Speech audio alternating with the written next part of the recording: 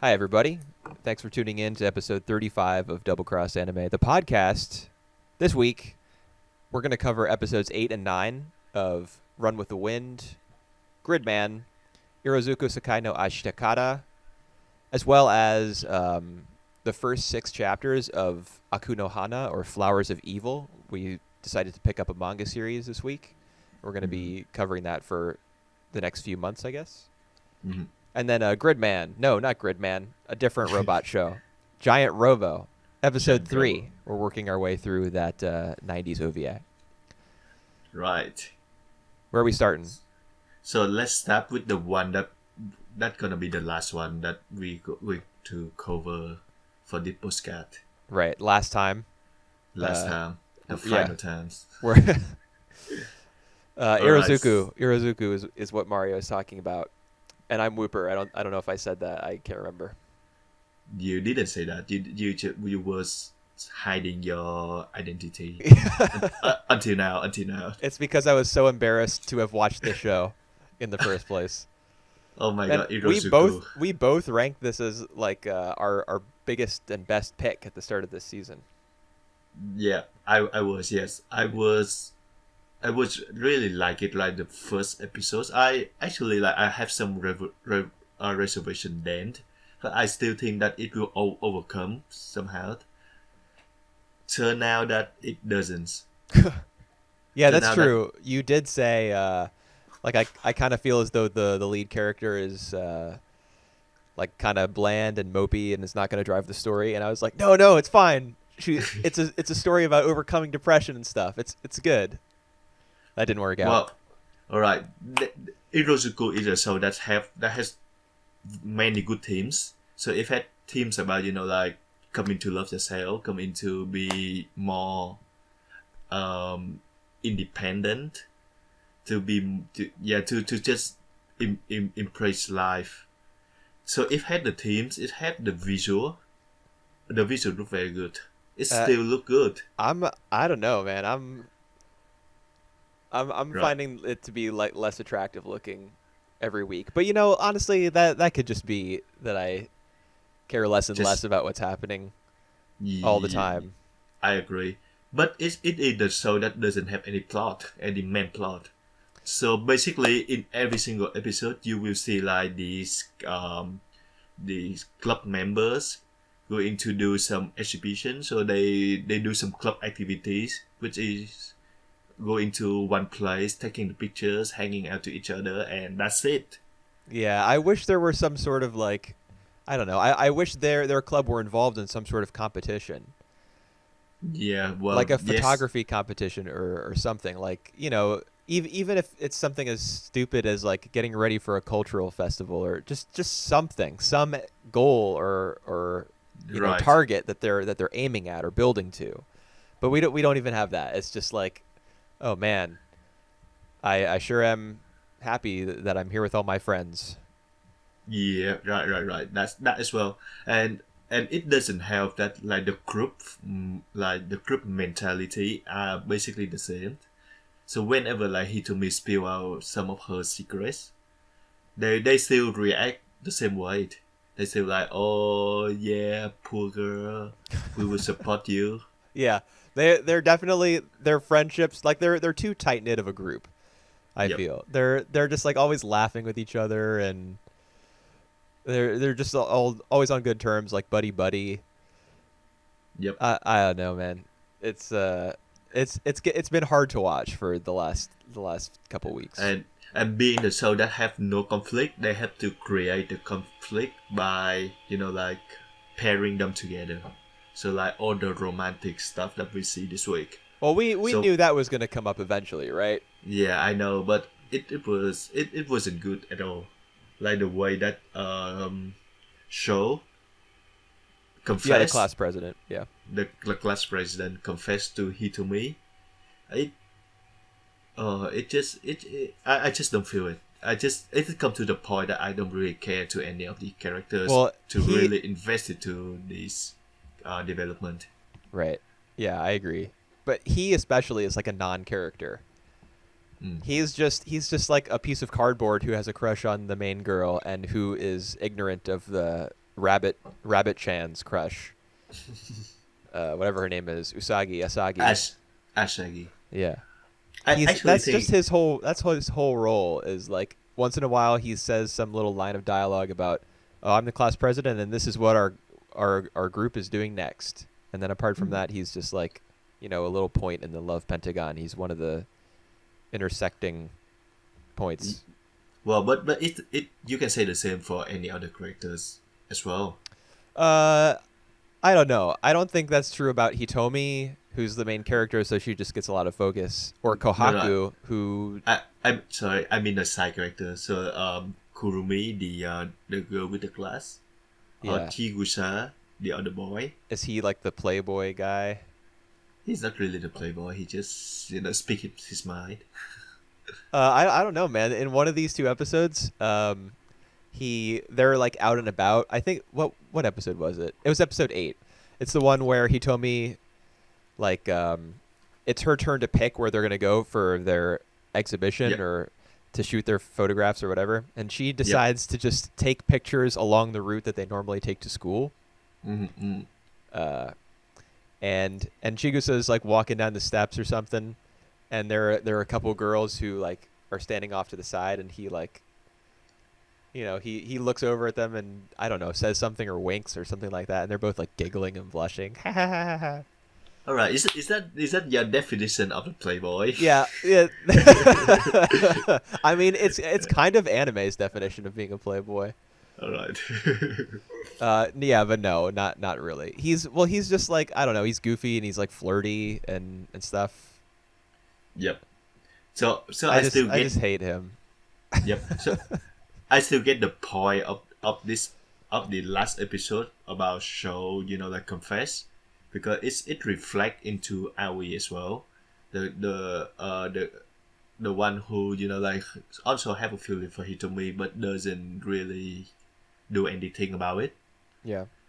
So, but the execution is just too predictable. Dude, how did you feel about him shouting on the rooftop?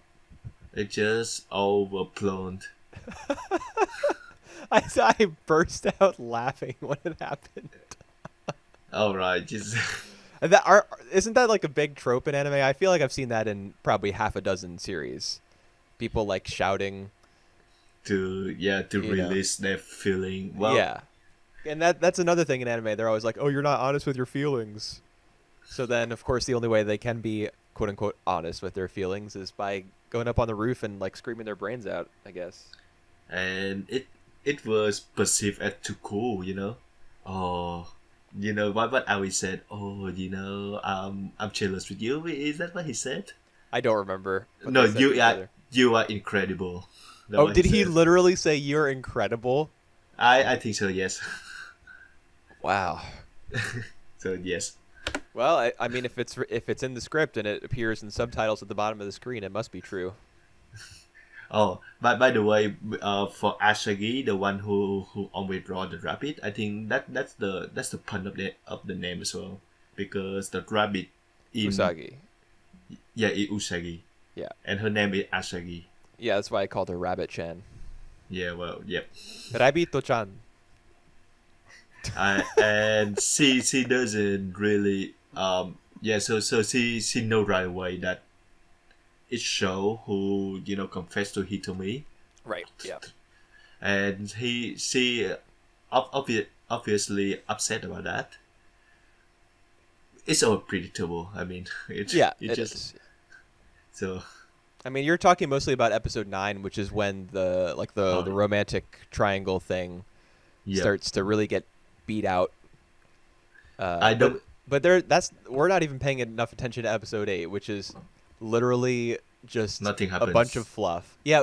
Here, the thing though is like I hate when people criticize anything by saying nothing happened, or praise a show by saying oh lots of things happened, because that's just. That's silly. But episode 8 was so devoid of meaningful scenes that it just made me want to die. All right. I was like, please release me from this living hell. Get me out. All right, there's one thing that I like about that episode 8. Okay. is that it was framed by the point of view of Kohaku, and so it tell more about like her feeling of responsibility in order to bring Hitomi back to her timeline. Yeah. That's the only one thing that I like, because other things is actually force Hitomi and Aoi together in order for see if in order to see if there is any result. Yeah, with So, magic, which she like with, traps him underneath the table in the library and stuff. yeah, that remind me strongly of Mari Okada's level of like emotional manipulation. Uh, I don't know about that. Like, I think Okada's style has more to do with like being super dramatic, not Yep. just forcing two characters together. Uh, she's better about that. Like, she won't force two characters together in the same scene over and over when they don't belong there. She'll bring them together more naturally than that. But when they actually start talking, then there's just like constant crying and misunderstanding and stuff. Yeah, I agree. Yes. But yeah, it was so silly, them getting trapped under the table. But the thing is, I could forgive that if I liked the characters. But I mean, Aoi, it's cool that he's like an artist and he's trying to find his own voice and his own style. He's trying to find a way to express himself. Uh, but like apart from that, he's like a wet blanket, man. Yeah, they just not a lot of thing going on between these characters that we feel that can really relate it to us. I mean, like he to me, she got her own issues, but like we just doesn't see anything news about them. Yeah, They well, just yeah, yeah.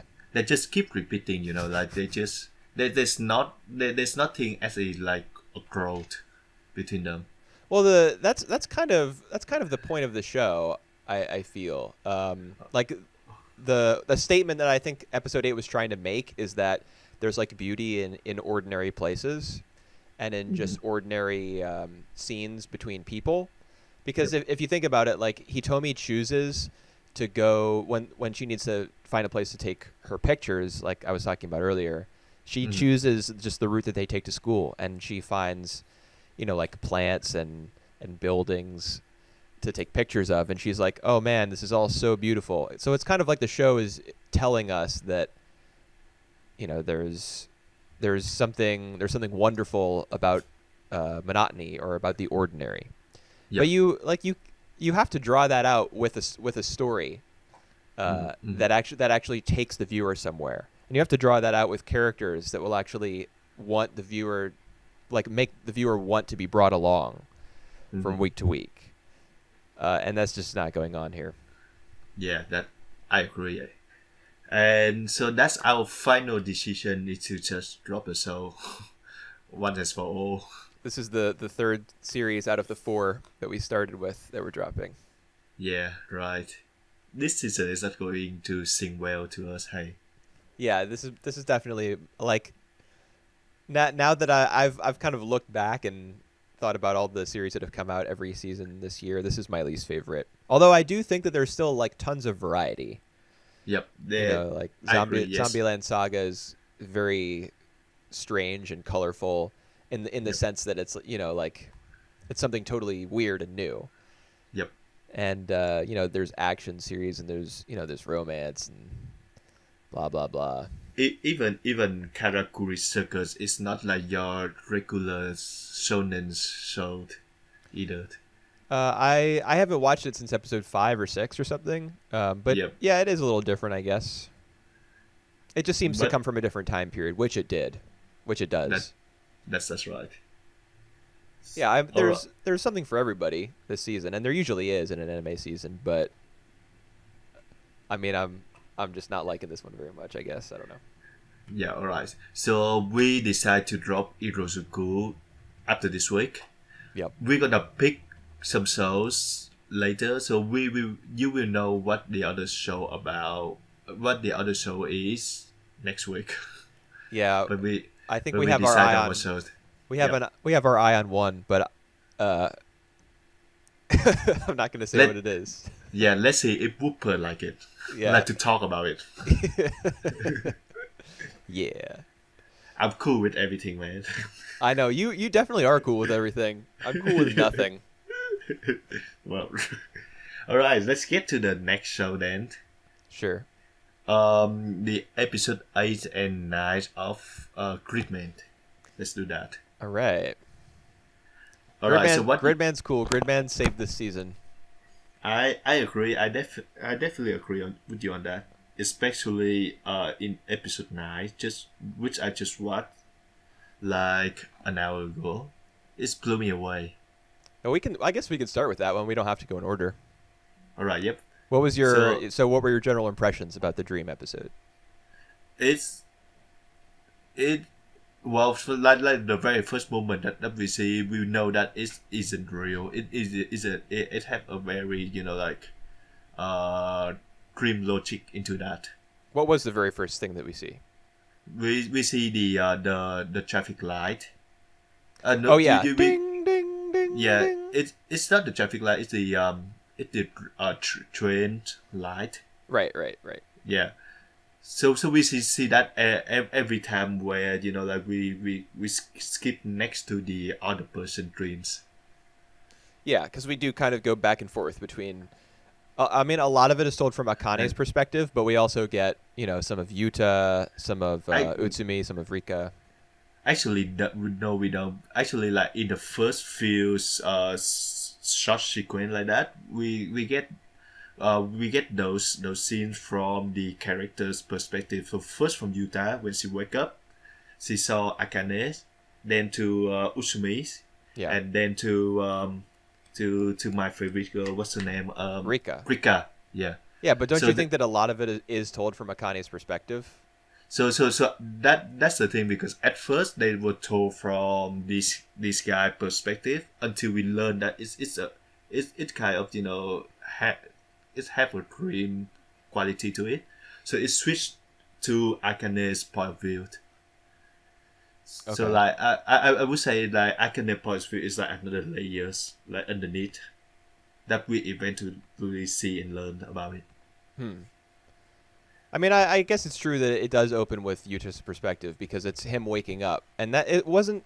I would love actually to go back and compare episodes 9, this one, the dream one, with the premiere, the Episode first 1. episode. That's right. Yeah, because the same thing happens in the first episode. He wakes up and he has amnesia. Yep. But I can't remember where he wakes up. Is it in Rika's house? That is Rika house. That even like when he wakes up here is in Rika house. So it's like a repeat on the premiere episodes. Right. Yeah, I definitely caught that as I was watching, but I couldn't break it down and say which scenes, like which specific shots and which specific scenes mirrored ones from the premiere. Are you saying that when he woke up in episode 9, it was actually in Rika's house, but like Akane was living there? Yeah, that's right. Really?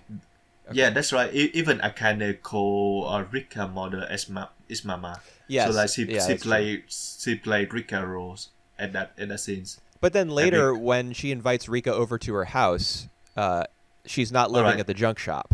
Yeah. So like it 3 different dreams that they got. So like Okay. each of them have a different dreams.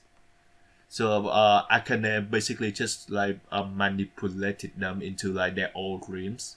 That like everything good happened all at once, especially for Utsumi's dream sequence. Right. Okay, so that's interesting. That's what explains the discrepancy between her house appearing different in Yuta's dream and Enrica's dream. They're different dreams. That's right. That's Okay. right. Yep. I did not Yep, pick yep. up on that. Cool. So yeah, so it's pretty good, and it was based on the reality that we watch as well. So like that's the first time that Rika. That's the first time that Akane, So sorry, the main guy's name. Yuta. Yuta. Basically wake up after the amnesia. So that hit first. that's the first time that Akane meet Usumi. Like they sit the two of them together in, I think, in episode 5 or 6, and that's the only like time that Akane and Rika like having time alone to each other. It's like in on a bus. So basically, it's just like all the times that based on the real reality that we watch. But keep going on from Akane dreams because she managed to pull at everything. Right. I hope that makes sense. Kind of. Yeah. I see. I know what you're saying. Like, for example, Utsumi's dream involves seeing her there at the bookstore where he's looking at the magazine that says like space battleship on it or spaceship, Yep. and then they start talking about kaiju monsters and Yep. stuff. Uh-huh. We saw that exact same thing play out in a previous episode, but in this one they get closer as friends, and then she invites him to come over, and her parents won't be there, and he can stay the night. Yep. And it makes sense that she would create that dream for him because he has a crush on her. That's right.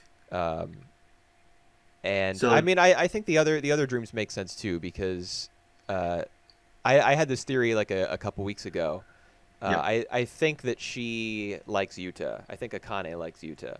And so the dream that she creates for him is one where it's her who was going out or had something going on with Yuta before his amnesia, whereas in reality, or in the quote-unquote reality, the one we've been following for most of the series, it's Rika who is somehow close to Yuta. We don't totally understand the nature of their relationship. That's right. That's right. But after seeing the way that she like it seemed to me that in episode 6 or 7, whenever that was, she was like trying to seduce him, or Yep. at least use her sexuality to appeal to him and to kind of force him to do what she wanted. Yep. So in this dream, she takes it one step further, and they're like in a relationship together. That's right. And all those dreams have to do with Akane's belief that everyone was created to like her. So She says that in episode 9. That's true. But Yep. she also says that in episode 8, before the dream even happens. She says that Right. to Akane on the bus. So I kind of feel as though like, is that just her delusion, or is that really how the world is set up? all right. For now, my theory is that, remember at the end of the episode 9 where people say that there's still one people who doesn't wake up, and that's Akane. So Yes, I think yeah. that's the reality that we've been following is Akane big dreams. Oh, that makes sense. Yeah. Yeah, And well, even if it's not a dream, she is definitely being manipulated somehow or used somehow by Alexis. yeah, that's right. So I think that's come to the case. I would expect like before that like Akane's act will come to like revelations. So but basically I mean like they will have some sort of redemption for Akane because she has been a bitch. Really, she has been really cruel to everyone around her. I think it goes beyond that. I think it goes beyond cruelty. Like, I don't know. I don't even know if I would say she is being cruel. She is just like divorced from reality. Yeah, that's right. That as well. So I will say that it had to take me a lot in order to care about these characters. But this episode actually showed me all that. I was sure of that. Yep. I've been pretty interested in Akane from the beginning. I think, Mhm. just because she's like, she's clear. She's like the odd man out or the odd woman out. Right. Her perspective is so totally different from everybody else's that you wonder how the show is gonna reconcile that. Yep. Because it's clear. I mean, she and Rika are friends, and I think it's relatively clear that Rika is going to be the one who eventually like gets through to her, and brings her out of whatever. Miseries. Yeah. Well, she's definitely miserable because she attempts to commit suicide at the end of episode 9. Yeah. It appeared that she attempted suicide, but it's not because she basically just a god. She can die. Right. Well, but that's the thing. Like, just because she can't die doesn't mean she didn't try. Yep. Yep. Like, it's not as though she lost her balance on top of that bar that she was standing on. She like Yep. slowly slips off of it and is just falling headfirst towards the ground. But then she lands on her feet like a cat. So Yep. yeah, it's true. Like, she can't die because she's some sort of god. On that reality, that is. Right. So was she dreaming then? Was that part of I her dream? I Or would say so. That was part of the big dream that we've been following. That's what I think. yeah. But then again, like Rika come off as like her old characters during that reality. So I don't really know what gonna happen. Yeah, I think that's something we were talking about before we started recording, was that when you watch Gridman, you don't know what's going to happen next, and that's not always the case with anime. That's right. Maybe that had to do with the I think the writer, the series compositions of this show is the guy from live action show. Yeah, that's true. He usually does um what, tokusatsu stuff? Yeah, I think so. Yeah. Yeah. Which explains all the references. There were more references than ever in the Dream episode to tokusatsu properties, Yeah. because we got so many more scenes of Utsumi and Akane in the, like, at conventions and at the bookstore and stuff. I think they went to a convention together of some description, Mm-hmm. and they're constantly referencing, different kaiju and whatnot. Yep. Of course, I didn't understand any of that, like the fine details, but I can still feel the love of them regarding on the tokusatsus on these kaiju monsters. yeah, So that's good enough. yeah, yeah. You don't have to Wikipedia every single thing. Right, that's right. So that make me wonder what is Acti or what's his name? Sorry, the guy that who the kaiju that was created by Akane. The kaiju who was created by Akane. Yeah, the kaiju. There have been a bunch of Anti. kaiju. Oh, All right, he Anti. wasn't created by Akane, was he? So He just so like he does her bidding because she's capable of creating kaiju that will summon Gridman. But I think no. he existed All right. before her, right? No. So Anti was from what he perceived is that he was created by Akane and that he is a kaiju, which I think the last episode they actually argue against that. That like Anti is not a kaiju. He's like a beating. It's like a normal half beating human.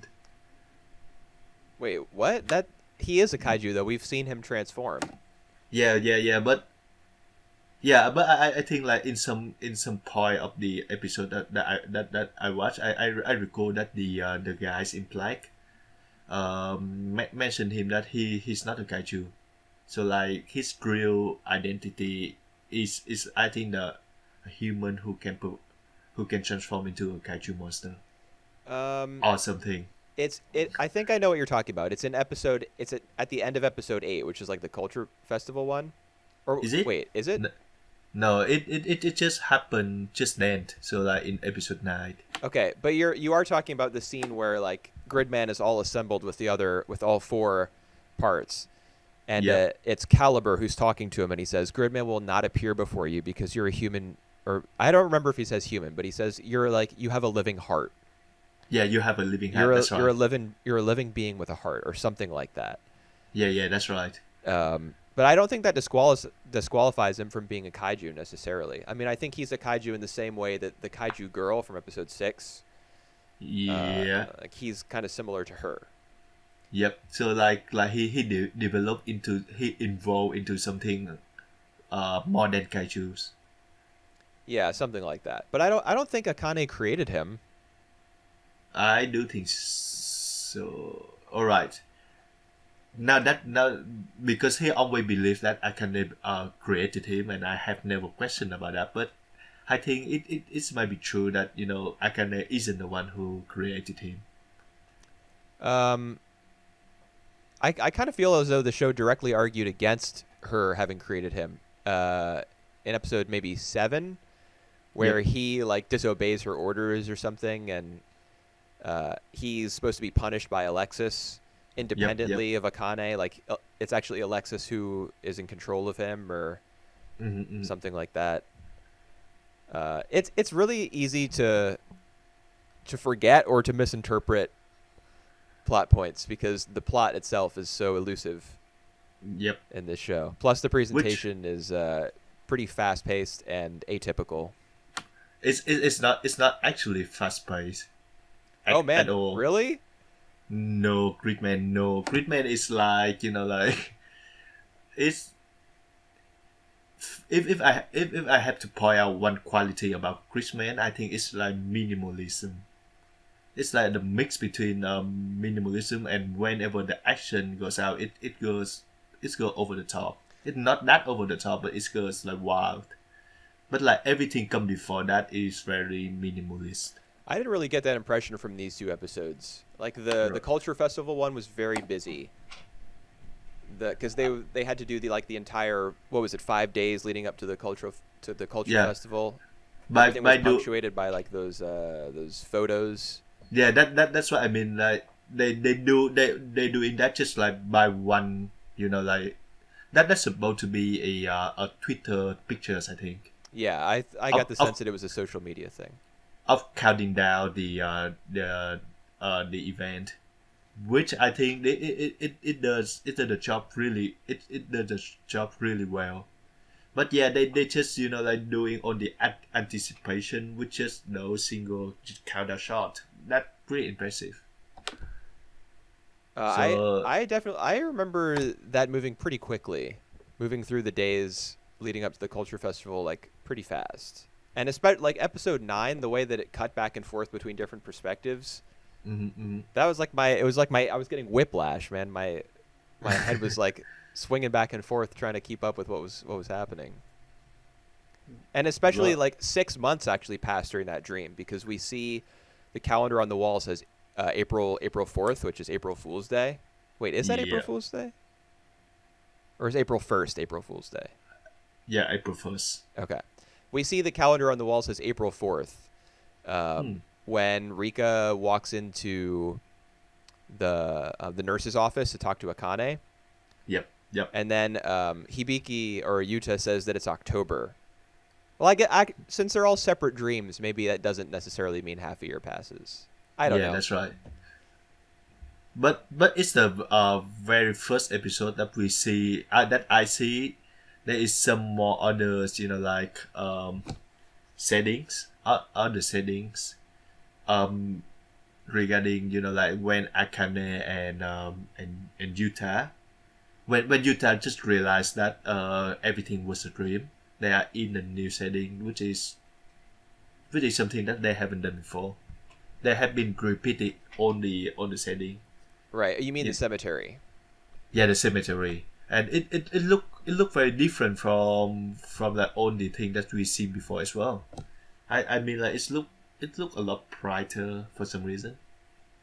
Yeah, the sky is like super blue, and the tree And the trees are all like, a lot of trees.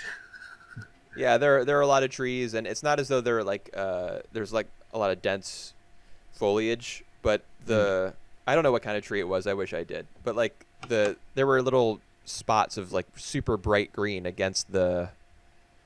Yeah, against and, the and sky, which was like super super blue. Yeah, it was like overexposed almost.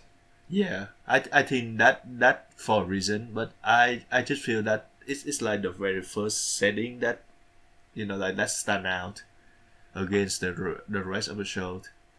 I'm not really sure if it's in a good way or not, Well, but it's it probably definitely supposed to be different. that way, Yeah, like because it's so totally different from the city, which is like kind of foggy and yeah, has a yeah. bunch of That's right. kaiju in the background. It's kind of blurring Yep, not only the shots that they're in, but also like the nature of what's going on in the series.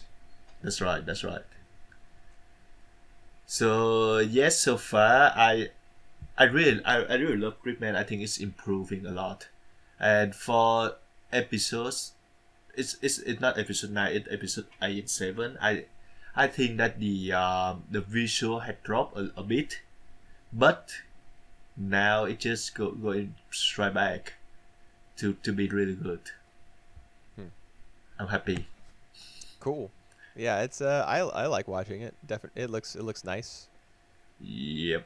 It looks like Evangelion. I mean, it doesn't Yeah, actually look like it, but it's have a it takes plenty of inspiration from it. So I just enjoy seeing that's that right. every week. And it's had like a lot of reference to the Evangelion as well. Oh yeah, A sure. lot, The four guys in the black suits being the Neon Genesis Junior, and some whatever of they the are. visual shots as well.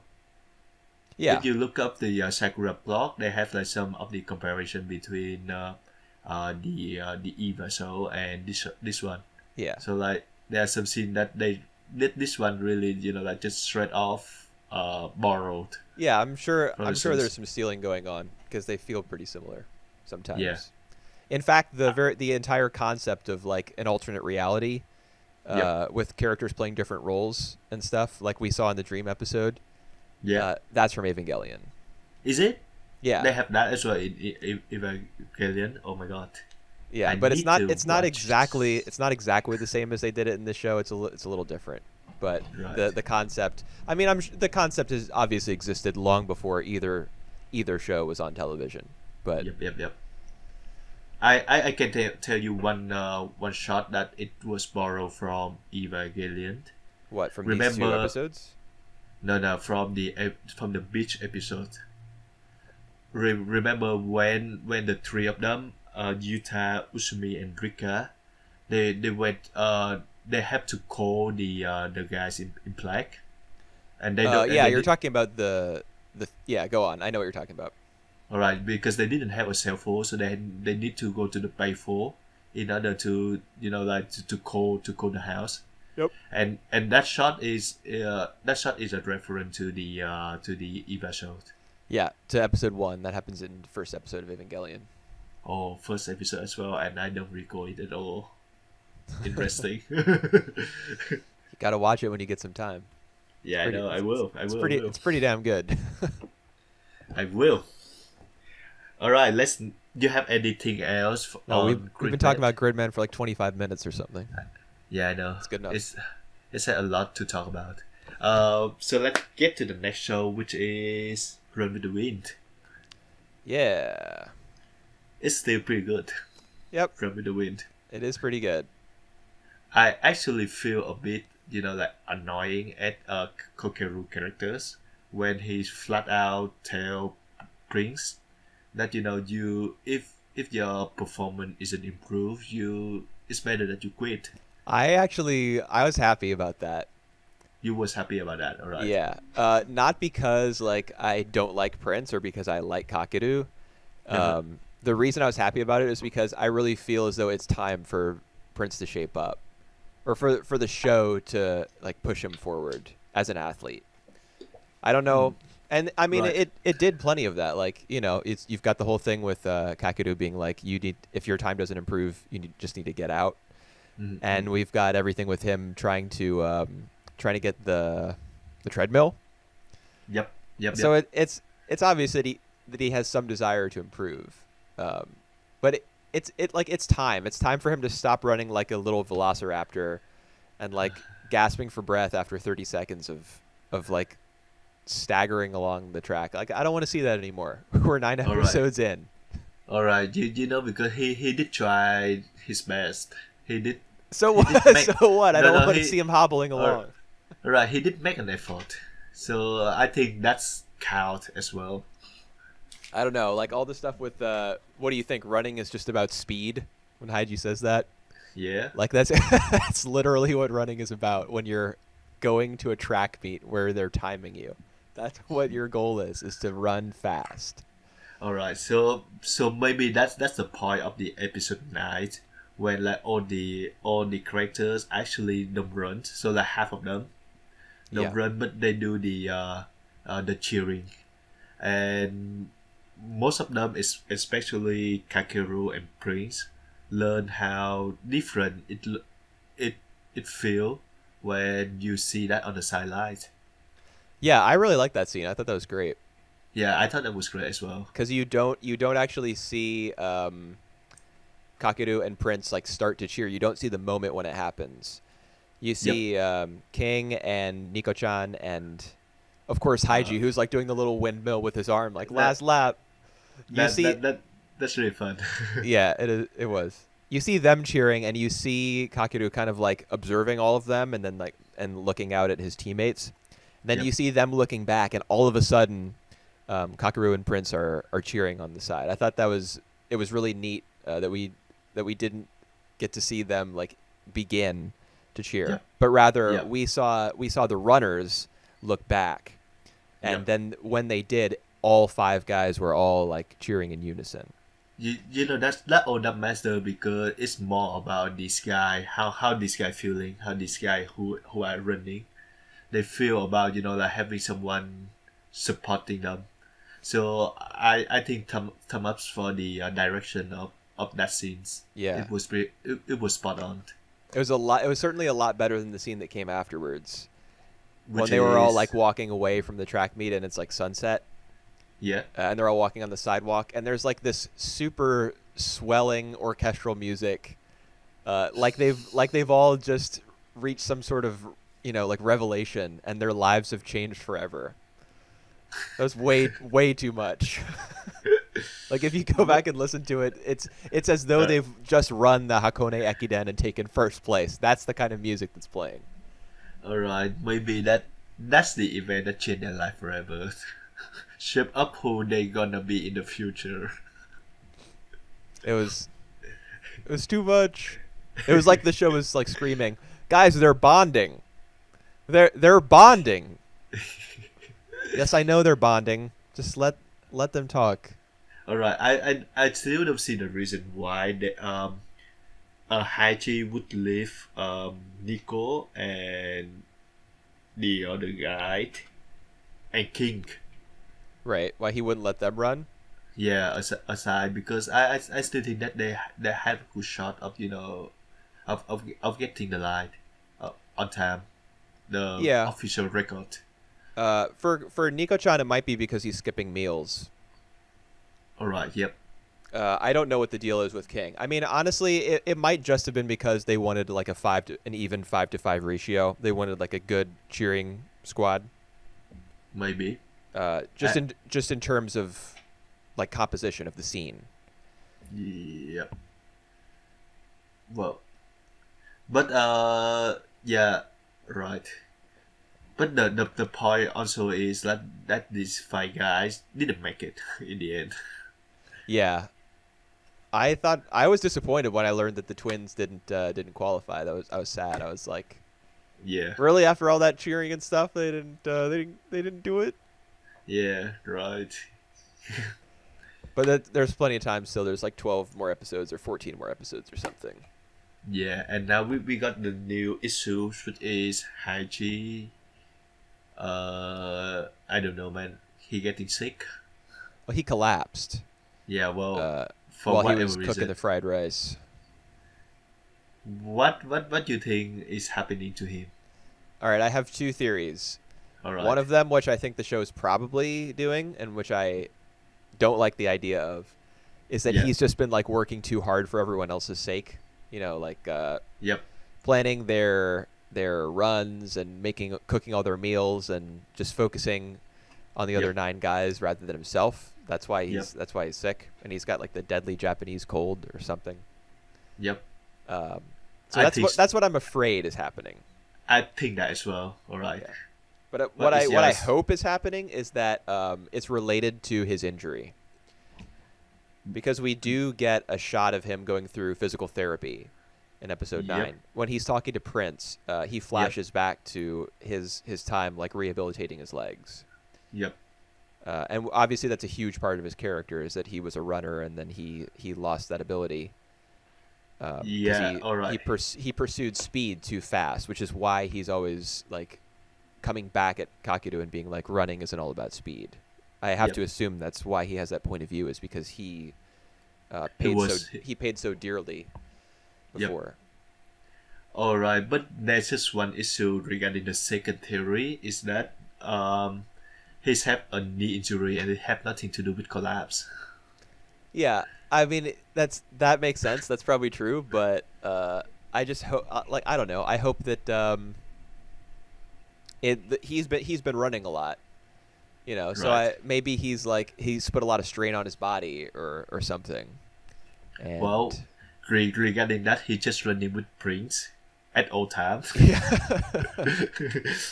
Well, in I episode 7 he did run at the track meet. yeah, well, yeah, and he did succeed as well. Yeah, but Yeah, it's true that he's usually hanging back with Prince at the back, running at like yeah, half a mile an hour or something. right. I have only one reaction after that he collapsed is that my God, they wasted the whole fried rice. Yeah, I actually kind of had the same thought. I was like, oh, dude, that sucks. What are they gonna eat? Yeah, They're well, gonna have to go out to the convenience store. I love fried rice, by the way. Yeah, me too. Oh, me too. Especially when there's like veggies in there and like a little bit of shrimp. Oh, Yep. fried All rice is right. so delicious. You can put some chicken in there too. I haven't had anything this morning yet. All right. Oh, you haven't had No, anything to eat? not yet. Oh, we gotta finish up this podcast real fast. So don't tempt me. Oh yeah, I don't mention food. so yeah, this season have been really like, inconsistent so far. So that show good potential. They just becoming like uninspiring. But this show is like one of the show that it has been very solid from the start until now. Yeah, I agree. I think So I mean I honestly I like this show like a ton when it first uh started. And it's kind of settled into a rhythm for me at this point. all right. But it's not it's I don't like super look forward to it every week like I did, let's say, Mhm. a month and a half With ago or something like that. But I'm never disappointed, or almost Yep. never. That's right. That's the same feeling that I got. So like I don't really feel the need to watch it, like right after it's air. But every time I watch the episode, I still feel a sense of like delight. Delight. Wow, that's pretty strong reaction. Well, Delight. delight is not it's not that strong, right? So I still feel like yeah, it's going solid. So yeah, Oh, delight. Yes. delight is way more than just solid. All right. Well, satisfied. Ah, okay, that's a good word. That's a good word. All right. Well. Um, so I mentioned Nico-chan senpai. He's been like skipping meals and stuff. Mm-hmm, I think the show also foreshadowed him getting injured. mm. Because Yuki, his friend, Yep. he brings that up as a possibility, and Yuki and Kakeru seem to be on like opposite sides of the fence on this issue. Mm. Kakeru wants him to like push and go faster, Yep. and Yuki's like, no, he's not in shape for that. It's not a good idea, and he brings that up to Haiji, if I remember correctly, in episode 8. Yep. But Uh, I think the main reason that Nico skipping meal is that he want to lose weight. But the most effective way to lose weight when you run. when you run, Yeah. um, I don't know, just run Right. harder for. No, you just wear the whole more bunch of shirt. So that like you have to sweat a lot, and the more you sweat, the more weight that you lose. Right. And you just Yeah. don't let yourself take even a sip of water, like the guy from Ashita no Joe, That's right. That's right. Yep. like Prince mentions. Yep. So that weight, of course you have to eat, like eat like diet as well. But it's more about you losing the water that you lost weight by Well, that. we do see them in a sauna. After Oh yeah, they that's right. after That's they right. take a bath, they go to the sauna so they can sweat out all the water. Yeah. Right. Hmm. So they're Yep. taking that into consideration. I mean, Yep. the him skipping meals and him potentially getting injured, I don't think they're like really that connected. But Yuki brings up the fact that he's not in good condition. That's why he's afraid that he's gonna get Getting injured. him. Yep. Yeah, All but right. it is true that he's like, we saw that one scene where he was like leaving his meal under the table. Yeah, that's I right. Yeah. thought that was kind of weird, because isn't somebody gonna find it unless the dog eats it? But the dog's usually outside. Yeah. Well. That was my first thought. Like he left it under the table so the dog would eat it and no one would be the wiser. But that's not really it's not really possible. All right. So yep. Still looking forward for this show. You have any other notes? Oh yeah, Yep. yes, one small thing. Haiji making the bento for Nico-chan with his face. Yep. All right. That Yes. made me burst out laughing.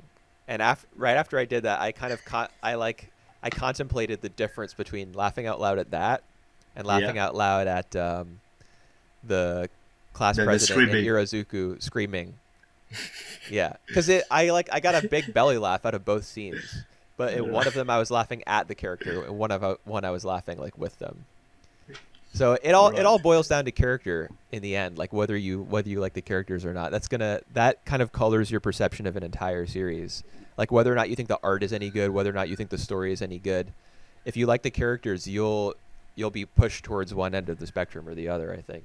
Well, I take it more that it's more about the way they tell, the way the show tell the story. Because for the same thing, if they tell it badly, we won't have that reactions. Well, but how do you tell a story? Just in general. Well, it's more about the timing as well, comic timing. It's more about like building up, at the right time, at the right amount. So like it's a lot of work put into that. But Yeah. when it works, we know that right away. Yeah, well, that's true. There's a ton of thought and effort that goes into it, and it comes from a lot of different places. Yeah. The answer that I was angling for was like you tell a story via your characters. Yeah, that's right as well. Yeah, that also the thing. Yes. Yeah. Irozuku. So much All wasted right. potential. I know. Actually, like looking back on it, was it even wasted potential? Like we should have known It this was gonna happen. it is a huge wage of potential. Like, for all the content that we have so far, we can just condense that into like 3 episodes, and it still work Um, for Irozuku. that would actually be interesting. That would be a good editing challenge. After Irazuku Yeah. finishes, see if you can like edit it down to 4 episodes, and it's still you still tell the same story with nothing missing. Yeah, I can think that it is okay as well. We can do that actually. That'd be fun. If only that would take like a month, probably Yeah. to like Just take notes on every single scene, timestamp all of them, figure out exactly how you're going to cut them down and stuff, like rearrange And- them. and I think that the show will getting much stronger. So like Irozuku might be work best as a feature film with like 2 hours running than a series. Yeah, I think you're probably right about that, Yeah. but we'll never know. Yeah, we never know. We never know. It can never happen. Yeah, All I mean, right. I'm assuming that the show isn't going to be that big a success. Yeah, but I who don't think knows? so either. Who knows? All right, so let's get to the first manga that we do. Yeah. The first volume of the Flower of Evil, Aku no Hana. Yep. So we get it onto the before we get to the manga, I just want to say that the anime, which I think you have watched, right? I have, yeah. Cover 20 chapters of the 20? manga. 20, yep.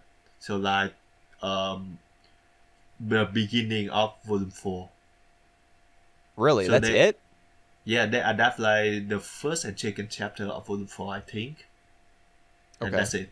And all the things that you remember watching in the last episodes of the anime. Yeah, the It's- stuff that was like going to be in the second season, but there was no second season. Yeah, so that is what is happening in the later chapters of manga. Damn, I'm pretty excited to hear that because I was afraid that like Oh shit. I don't know. I was afraid that the first Hello, you're completely cut out. hello. Hey, can you hear me? Sorry, I've lost you in a little. Okay, no problem. I'm writing down the timestamp right now. Thanks. Okay. All right. Yep. Yeah, I was afraid that the anime had adapted like most of the manga, Nope. and that I was gonna Oh, have to be reading through familiar material for like weeks and weeks and weeks before I got to anything new. But if it only did the first 20 chapters, and that's just like the first 33%, because there's yep. 57 total. That's right. And even when I say that the anime adapting it very slowly, like you would realize that in the first episode of the anime, it ends at Kasuga finding the clothes, the spot clothes Yeah. of his crush. This one it take like the first chapter to do it. Right. Yeah, it was definitely slow paced. I remember the scene where they walk home from the classroom. I think it was episode 8, maybe. Yep. After they like desecrate the classroom, Yep. they Yeah. walk home, and it takes like 13 minutes for the Oh my god! It take hours for that walk. Yeah. He basically just like walk from one side to the other Yeah. with that like devastating score. Yeah, I was very interested in the way that show was adapted. And Yeah, I think that's something that we can talk about as that's we something as we that we cover can. the manga, because yeah, we can get into that later. Yep, because that's something I want to talk about as well. But I think it's too early to talk in the first volume. Oh, I mean, I'm gonna talk about it today. All right, yeah. All right, so we're gonna do that. So for the first volume, we cover from uh, Kasuga, the main characters, get into the trouble. Nakamura, the red hair girl, which we don't see it in manga, but she's red hair. Yeah. Um, she saw what happened, so she been Yeah. manipulating him, Yep. forming a contract. That what he says, and it ends on the date that Kasuga and Saiki have to each other. Yeah. They leave for the date, right? With him wearing the gym Yep, clothes underneath his outfit. that's right. That's the end. And then you see Nakamura like looking after them from behind like a fence or telephone pole or something, That's right. Yep. So with an what do you think evil grin on about? her face. Yes. So what do you think about it so far? I think it's okay. Yep. I do not like the character designs very much. All right. That's what I was about to ask. Why? Yeah. Because, well, first of all, I've seen the anime, so like that colors my impression of the character designs. Like from the very beginning, I'm weighing them against the rotoscoped style of the anime. All right. Um, Yep. and knowing what I know about the series and like how weird and twisted it gets, I don't Yep. know if the character is like looking so squishy and like cute and stuff. I don't know if that really fits. All right. How like depraved things are gonna end up being. All right. Because now I'm gonna address the difference between anime and manga now. I think anime does a good job at adapting this like evil of the manga. And one of the things that it failed for me though is that is the character design, because I think the character design in the manga say a lot about their characters. It They all just like they look like little bobbleheads. well. That's just the beginning though. I think it's getting better and better as the manga goes, and I especially for especially for all three characters basically, because I think the most different one is Saki, because in the manga she looked really like frail and thin, but she doesn't look that way in the anime at all.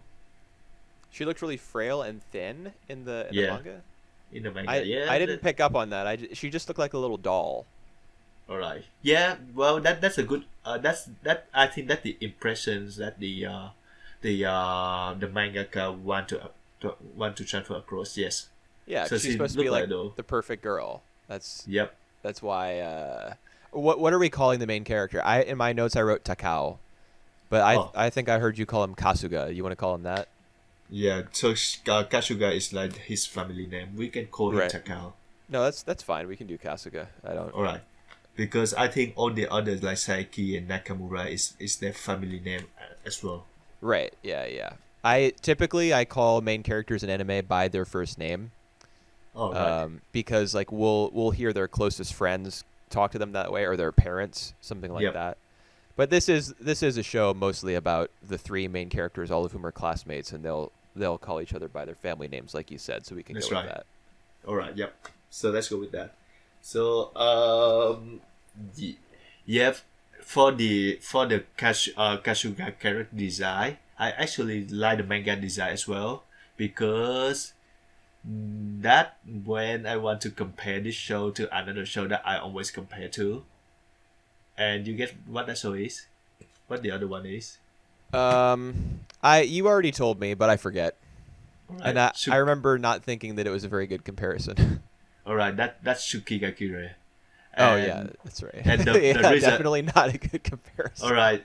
The reason I bring that up is because Kasuga and the main guy from Tsukigakure, which is I think Kotaro, Yeah, they have the same plan character design. Basically, they have the same personality as well. they Like don't have these the two. same personality whatsoever, Well, dude. these two guys love books. These two guys love to. One of them love to write. One Yeah, of but them love to read. Yeah, but think about how pompous Kasuga is. Like he Yeah. holds himself above the rest of his classmates because he reads, and he thinks that they're just a bunch of Philistines and peasants and scumbags. That's Yep. not how Kotaro is at all in Tsukigakure. Uh, He's just quiet and reserved, and he likes to write because he sees it as a form of self-expression. all right. I mean, I think Uh, that the first 6 chapters of the manga, like Akunohana, Yep. they're definitely making Kasuga out to be as unlikable as possible. He's like a little shithead. All right. He is. He thinks in his head that all his classmates are like worthless and stupid, and that he hates his friends. Mhm. And I think that's one of the reason why Nakamura pick on him. Well, I think she picks on him because she likes him. I think that's the All main right. reason. She doesn't know how to express it. All right. And also, I think she probably, yeah, but I do think that she gets the sense that he's kind of like her. He holds everybody in contempt, and he kind of like hates everything on some level. All right. So I think that's gonna be the question for the rest of the manga as well, like how this relationship really is. So I I'm Yeah. all right. Yep. Yeah. Yeah. Go Go. ahead. On. Because I really like the one of the time that she talked that she want to peel the skin of him. Right. That's in like chapter 6, I think. Yep. And it's more about I think her intention is that she want to reveal all of his ugliness, all of the thing that he tried to hide, all of the pervert thing as well. So it's not in a good way of regarding how she manipulate him, but I I think that's just interesting. It's just like the whole premise of the show of the manga. Yeah, for sure. Their relationship is probably the central one, from what I remember about the anime series, and certainly of these 6 chapters so far. The two of them share the most time together, I think. Yep. Um, The sexual you say? Sorry, You said the sexuals? what did you just say? Sexual? Yeah, you said something about the sexuals. Oh, I just misheard it. You may have misheard me, or else I forgot what I said a minute ago. All right. But there's definitely a sexual component to their relationship. Right. Because they're both hormonal teenagers, and I think it's here. The thing is, like, when I was about to interrupt you a minute ago, Yep. you said that it's going to be like a main question, like a central question of Yep. the series, what their relationship is. But it was Yep. actually like reading these 6 chapters, it was disappointingly clear to me what their Right. relationship is like. Yeah. Like to me, it's extremely obvious that she is into him, and she doesn't know how to express it, or she's unwilling to express it. Mm. Or Oh, like she understands all that right. he has this big crush on Seiki, and Yep. so he's not gonna All right. he obviously doesn't like her, so she is just gonna on the one face she's gonna like support him in his pursuit of the girl, but on the other she's gonna like try to like ruin his life and just torture him psychologically. I see that as being very clear already, and I was like let down by that. All right. Because I was gonna ask that how you think that she into him. Is that like romantically, or is that uh yes, I all think right? Yep. at its core it is like a hormonal romantic thing. Mm. But obviously, on top of that, there's the fact that she sees their personalities as being compatible in their like twistedness. All right. Because my reaction from those 6 chapters is that she seem him more of the puppet thing, of the thing that she can control, and she want to do that. Yeah, I agree with that too. Mm. Yeah, she wants to like wreck his life essentially to control it and like eventually destroy it. But it all has to do with like his relationship to her. She wants to have total mastery Mm. over him. And given her personality, I think that's probably like she probably conflates that with romantic attraction. Mm-hmm. Like she doesn't understand how to process her attraction to somebody without wanting to like dominate and control them. Right. And how do you think about like on the action so far, on the things that Kashuga had been gone through so far? You like being assaulted and having Yep. the gym clothes forced onto him and stuff. I think that's the strength of the series, All right. is just how weird and how dirty it's willing to get, Mm-hmm. Mm. um, without like uh, making that the like totally the focus. Right. Yep. It's like it comes very naturally whenever Nakamura is on the page in front of you. Like you know that's what's coming, Yep. but it doesn't it never like seems to be out of place, Right. because it comes from her character. So Uh, all the stuff that he has to endure, that Kasuga has to go through at her hands, yep. that's to me that's what's most interesting about the series. Mm-hmm. Because if you take it from Kashuga point of view, the guy who just run a normal life, just like just doesn't want to stand out at all. But like everything that Kashuga does to him, like just uh just one uncomfortable things next to the others. So like Yep. it just like spiral out of his control, Yeah. basically. I think that's that might be part of what I enjoy about it, because I don't like him. Yeah. He has You almost no redeeming qualities. all right. So You when he's being like tortured, I'm like, yes, give me more. all right. So you will see more of it. Don't worry. Oh, for sure. Yeah, I still remember the events of the anime series pretty well, All and right. Wow. I did like it a lot when I watched it. It's probably You one of did. my favorites from that year, Oh, 2013. you did like it a lot, right? Yeah, yeah, I did. Definitely not as I wouldn't say it's like one of my favorites of. Well, I liked it. Like it was 2013. I remember that for sure, and Yep. I definitely say it's one of my favorites from that year, but Yep. not one of my favorite anime series, All right. I guess. I do have a lot of issues with the anime. Yeah, you read the manga first, right? No, no, no. So I actually watched the anime first, and Oh, then I keep going on with the manga. gotcha.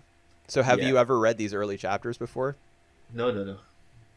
So just right after like I watched the anime, give it like a few years actually, and then I watched the manga. I watched the anime again, and then I decided to read the manga. Okay. So yes, But I think the worst offenders of the anime is the character design of Nakamura, because it doesn't give Nakamura just at all in the anime. That's what I feel, personally feel. I know where you're coming from. Like, of the three character designs in, because again, I'm like basing all of this Yep. on my experience with the anime. Of the three manga designs, I like Nakamura's the best. Manga, Um, manga design, yes, the alright. manga design, yeah, because there's just such a big disconnect between um, her, like, the mangaka's style of kind of idealizing all the characters, Yep. and her rotten personality. Right. So you feel it more when she's, Saying when some she's other. saying something really nasty, or doing something like really heinous. Yep. The fact that it's coming out of her, that it's coming out of her mouth when she Yep. looks like a little anime girl, Yep. is more striking. Alright. But I kind of appreciated the rotoscoping in the anime, because it definitely made Kasuga out to be uh, totally ordinary. Yep. Agree. Um, like, it literally made him look as ordinary as possible, which he is, and I think that's the at the heart of the contradiction in his character, is that he feels as though he's extraordinary when really he Yep. isn't. Right. Wow. Yep. That's right. All right. So by all means, I don't hate the anime. I actually think the anime does a really good job at adaptation. It's what the anime adaptation should be. Just like take the main team, the core team of the manga, and do it their own way. Really love it. Still had to. I think, yeah, the most issue with that is that I just don't like the character design. It's not ugly. It just doesn't reflect the characters in the manga for me. Hmm. And the score is awesome. Like the ED team is like one of my favorite ED team ever. Yeah, I remember In the ED. It's kind of like like a quiet electronic thing, and then it kind of freaks out a little bit Yep. once you It get the midway through or something. Yeah. It's the I don't know, the robotic singing. Right. Like vocoder Yep. or Yep. something. I kind of remember it. Yeah. Yep. So yes, since we run out of time, we can we can move on to Chan Robo. Or you have anything else to say about the first 6 chapters? I don't feel like Um, we talked that much about the first 6 chapters. I guess not. That's probably because we were both already familiar with it. Yeah. Um, I'm interested. I'm encouraged to know that, like, after 3 weeks, basically, we're gonna get to new material. Right. That's right. That's cool. Yeah, But I then, the style of the manga is, so far, like, visually. I also think the paneling is kind of weak. Like, it's very horizontal. There are a all lot right. of pages with just a bunch of thin horizontal strips. Mm-hmm. It's not particularly, like, inventively laid out or anything. So but that's Well, something that might evolve as the series goes on, hopefully. that yeah, that I will say yes. It evolved more. So I actually kind of like you got the point of saying that the panel is really weak, but it's like one of the rare manga that that like conveyed on the characters thinking just by the way they're looking, and it's more apparent for, like in the next few volumes, new chapters. So I think we can say about that later. Okay. Yeah, we'll see if it changes, or Right. what have you. Yeah. But yeah, my first impression for the first 6 chapters when I read it back now is that I think it's just the beginning, so that's why it doesn't really like the technical, like all these, even like the character design is not that impressive. But I think it's become more and more when we get used to it. Yeah, that's probably true. I mean, even a manga like Berserk, which everybody praises to Yeah. high heaven for having like really, really, really beautiful art and stuff. It definitely looked a lot different at the start. Right. Of course, So that's yeah. got like hundreds and hundreds of chapters, Yep. but there's still plenty of And time for Akuno Hana to change things up. 20 or 30 years of in the making. So Yeah, yeah.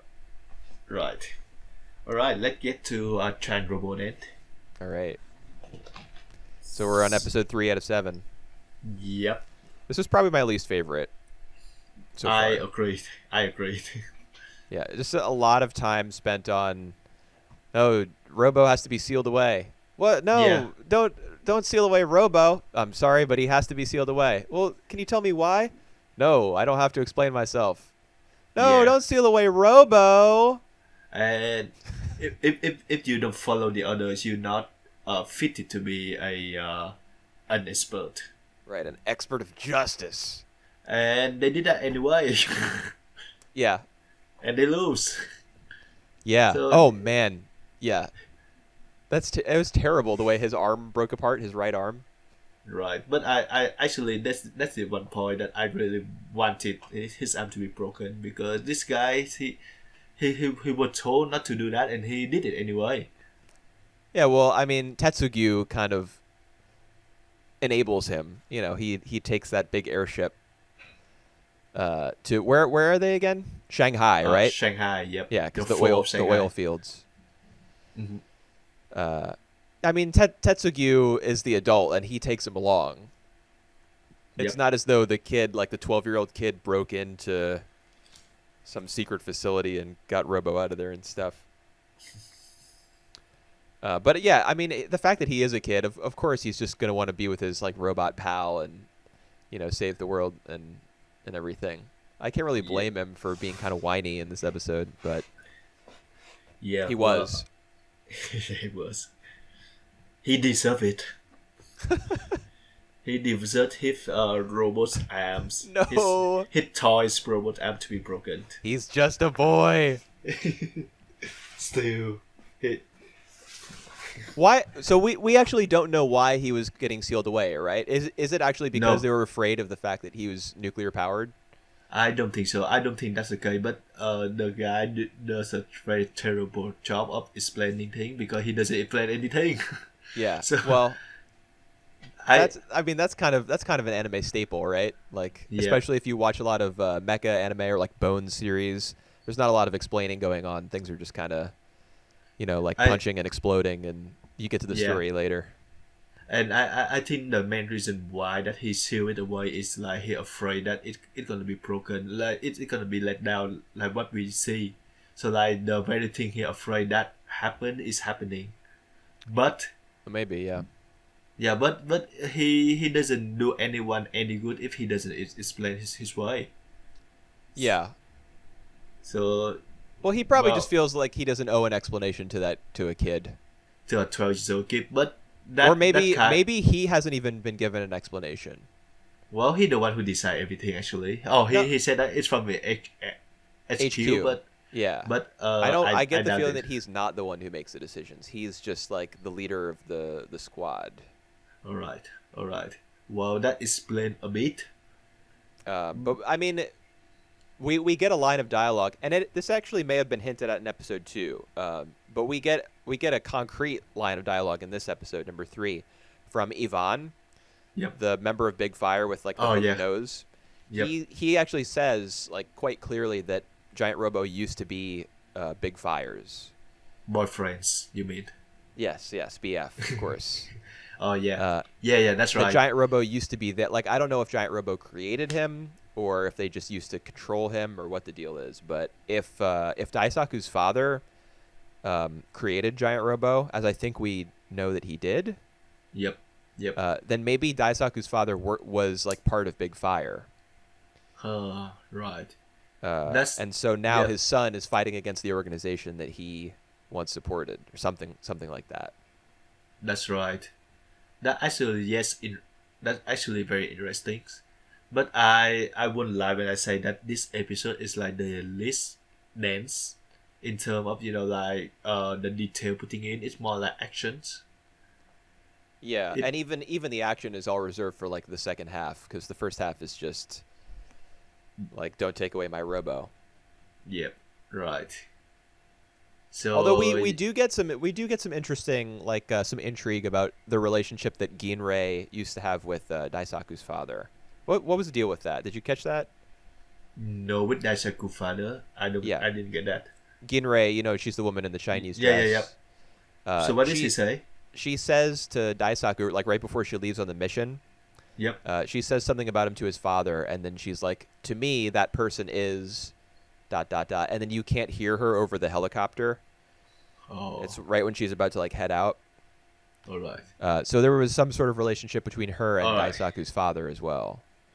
For now, I would say that Daishaku father is like the scientist, the mad scientist.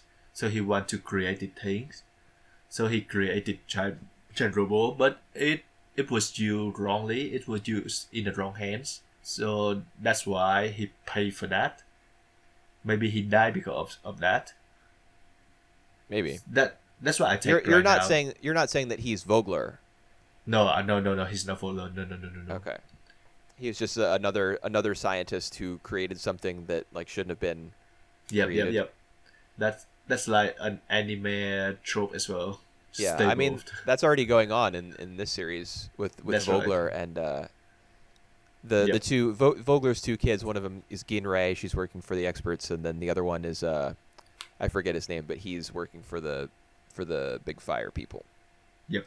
So maybe there's supposed to be like some sort of like mutual understanding or camaraderie between Ginrei and Daisaku then, because Yeah, they maybe both have like they both have parents who scientists.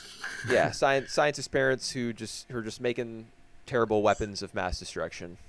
Right. I don't know. Yep. I kind of thought that maybe like Ginrei was together with Daisaku's father, and that Ginrei might actually be his mother, Huh. something like that. Because they have that one scene where she like they're like cheek to cheek. All right. She said she was 12. She was about his age when he tried to when his father just got mad. So like the event happened. So I would say that's he about like 22, 23 years old. Okay, yeah, that's not possible then. Yeah. But maybe, who knows? Yeah. Oh no, not who knows. That's not possible. I don't even think that's biologically possible. Yep. So Yeah, there's still definitely a lot of questions about how the characters are related to one another. Not like familially, but just who they are to each other, and like their backstories and things like that. right. A lot of question marks still. Yep. But there was some cool action in this episode, I guess. Yep. It was, and I think that this guy Ivan is dead now. Yeah, I think Finally. so. I think so too. I think he's probably dead because he goes everything for big fire, Yeah. and then I can't remember if his robot exploded or not, but it definitely seemed like a death scene. Yeah. Well, the episode actually give me a very little thing to talk about because it doesn't have that like thematic, intriguing, like for the like it had been doing for the last two episodes. Yeah, because there was less focus on the Shuzuma Drive and stuff Yeah. like a a worldwide regenerating sustainable power source and the what that means for Earth, how that would change life for humanity, and like what the Mhm. ripple effects of that would be if it were taken away and all that stuff. Yeah, a lot of that sort of philosophical stuff is absent from this episode. Yep. But it's still okay, I guess. I mean, Yep. this episode was a letdown, for sure. It just doesn't compare to the first two episodes, but it's still a very entertaining one. Yeah. Oh, dude, the like when Robo punches the big black sphere, Yep. Yep. um, and his arm fractures into a million pieces, and then you see like the tears start to well up in his Yeah, eyes, yeah. and the water comes crashing down. Oh, dude, Right. what that was unbelievably animated. Like the camera like races down his body as the water is starting, like the tears are crashing down. Yep. Uh, like that's just wow. Yeah, it's good. It's good. I, It's really good. I just get the feeling that people can't even draw like that anymore. Like it's a dead art. It just can't be done. Like because there aren't enough like mechanically minded animators. You know, it's more Yep. about I don't know what it's about. Just like people Realistic. drawing moe and chibi people like in love triangles and shouting on school roofs and stuff. Well, actually, talking about that, that remind me that the last episodes of Gridman, the act style got very different from what we saw before. What do you Like mean? it loser. Like all the character design are loser. Then then like every episode that come before that. Even Yeah, like I think I know what you mean. Yeah. yeah There was a moment in episode 8 where the animation got like almost Hosoda-esque, yeah where like the characters aren't totally on model, and it's more about like it emphasizes movement above everything else. It's that scene yep where Rika and Yuta are talking outside the junk shop at night, right yep before the yep cultural festival. uh-huh. So that seemed like the work of one animator in particular. Like they brought somebody in to do And that scene, or just handed like all the frames, key and in between, to one guy.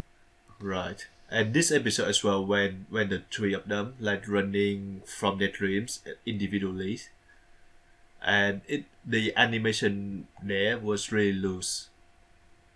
Hmm. Remember that? Remember those No, scenes? I don't. Like, okay, so they're all running.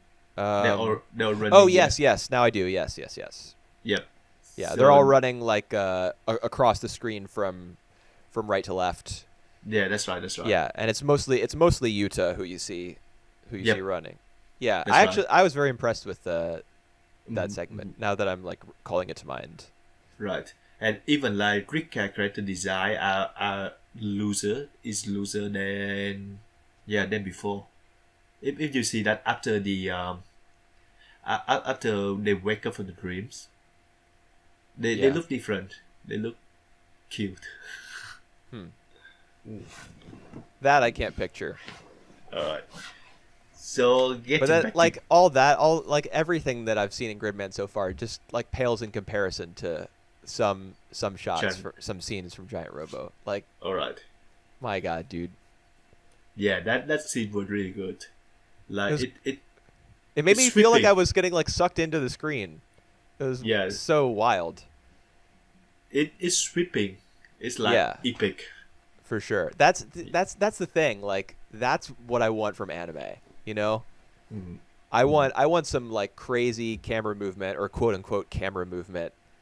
Yeah. Just take advantage of the fact that you can draw literally anything. You can put the camera wherever you want. You can create whatever kind of story or characters you want, and Mhm. you can show it from whatever angle you want. You know, like if you want to design a giant robot that cries when it gets defeated in battle, and you you want to show the water like gallons, just like gigantic water towers full of liquid racing down its frame, uh, as it like staggers backwards in shock. Mhm. Mhm. Like you could do that, And, and if and that from the point of view of the 12 years old boy as well. yeah, if the camera moves down to him like really quickly, Mm-hmm, and I was surprised that we didn't get like a reaction of like fear from him mm-hmm. when that was happening. I was certainly Yeah, afraid. I was like, that that kid's a goner. He's gonna drown. yeah. Well, yes, but yeah, that scene was really good. I agree. Yeah. So for honestly, it kind of justified the entire 40 minutes for me. Like Right. with that as a capstone to the entire piece, Yep. I was left feeling pretty satisfied. Right. But yeah, there did seem to be a little bit of dead air as Mhm. as things went on this week. Yep. I would like some answers. I mean, we're like it's 7 episodes. We're about to hit episode 4, which is the midway point. So I would like a little more clarity, a little more light shed on exactly what's happening, like the nature of the conflict between the experts of justice and Big Fire and Yep. all of that. I don't know if And we'll get it, but that's what I'm hoping for. and it does run like shorter than the first 2 episodes, right? It's like 30-40 minutes. It was 40 minutes. It was definitely shorter than episode 1, which was an hour. Yeah. Because like I was expecting more until it said like it's the end of the episode, and we still got like 5 more minutes in the runtime, which is basically just the title screen, Yeah, the credits. the credits. Yeah. Yeah, I mean the way that the series is presented, it's always like a miniature film. Yep. Right. We right. always do get that big long credit roll, and we always get that subtitle. You know, the day the Earth stood still, white text on black background. Mm-hmm. It definitely presents itself very cinematically. Yep. And right. I mean that goes for the quality of the animation as well, and like kind of the how big the story is, Right. Agree. which I think works to its favor most of the time. Mm-hmm. But we'll have to see if it can get back into the swing of things, Yeah. in the future. Right. Yep. So like story wise, and even like qualitative wise, this is a bit of a dip from its like normal quality, but it still offer plenty of like entertaining scenes, and one of the most memorable, Sakuga sequence that we've seen so far. Yeah, I just want to rewatch it right now. Right. It's pretty good. So it's pretty good. Just actually, you guys haven't watched the Chan Robo, you can just go and watch it. It's like the end of the episode 3. It's just cinematic. It might be on Sakugaboru. Yep. I don't know. It's Sakugaboru is mostly populated by like Naruto stuff, right? Just like super popular, yeah. like big, Right. like impressive action scenes from super popular anime series. Yep. I So assume it's- is most of what's on there. Yeah, search on that Chan Robo. I think it will be there. Link in the description. All right. Anything else, Whooper? Any closing note? No, nothing really important. Just no. All right. No, we're good.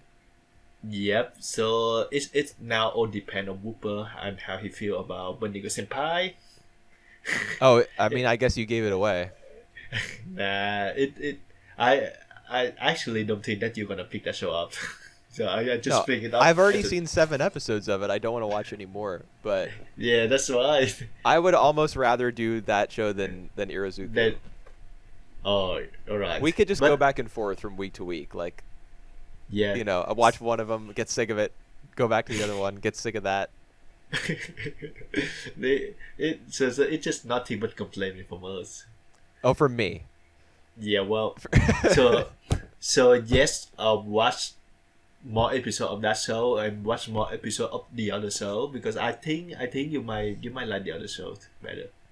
Maybe. Yeah, I do plan on giving it a fair shake. Yep. We'll see. And for everyone who still want to think of my opinion on Read Right, don't watch it. It's just so bad.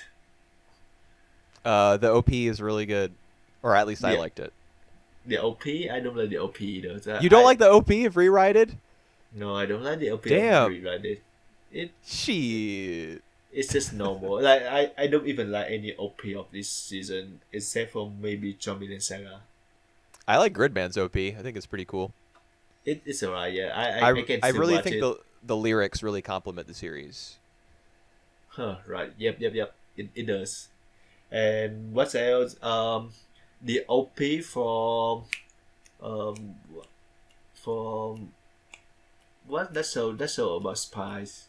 Release the Release Spice. Release a spy. It's just a bunch of na na na na na na na na na na. It's No, basically it. Spa ba ba da ba spa ba ba ba ba da ba. Yeah, it a bit catchy, but it's it's not good. I guess. I mean, I feel like it's probably a good example of its genre. Well, You know, right. it's not my favorite sort of music. Yep. Anyway, why are we talking about OPs? All right. Just end it now. So we will be back next week with more Flower of Evils, more of the show, and one new shows. So Yeah. looking forward to that. See you guys next time. All right. Bye.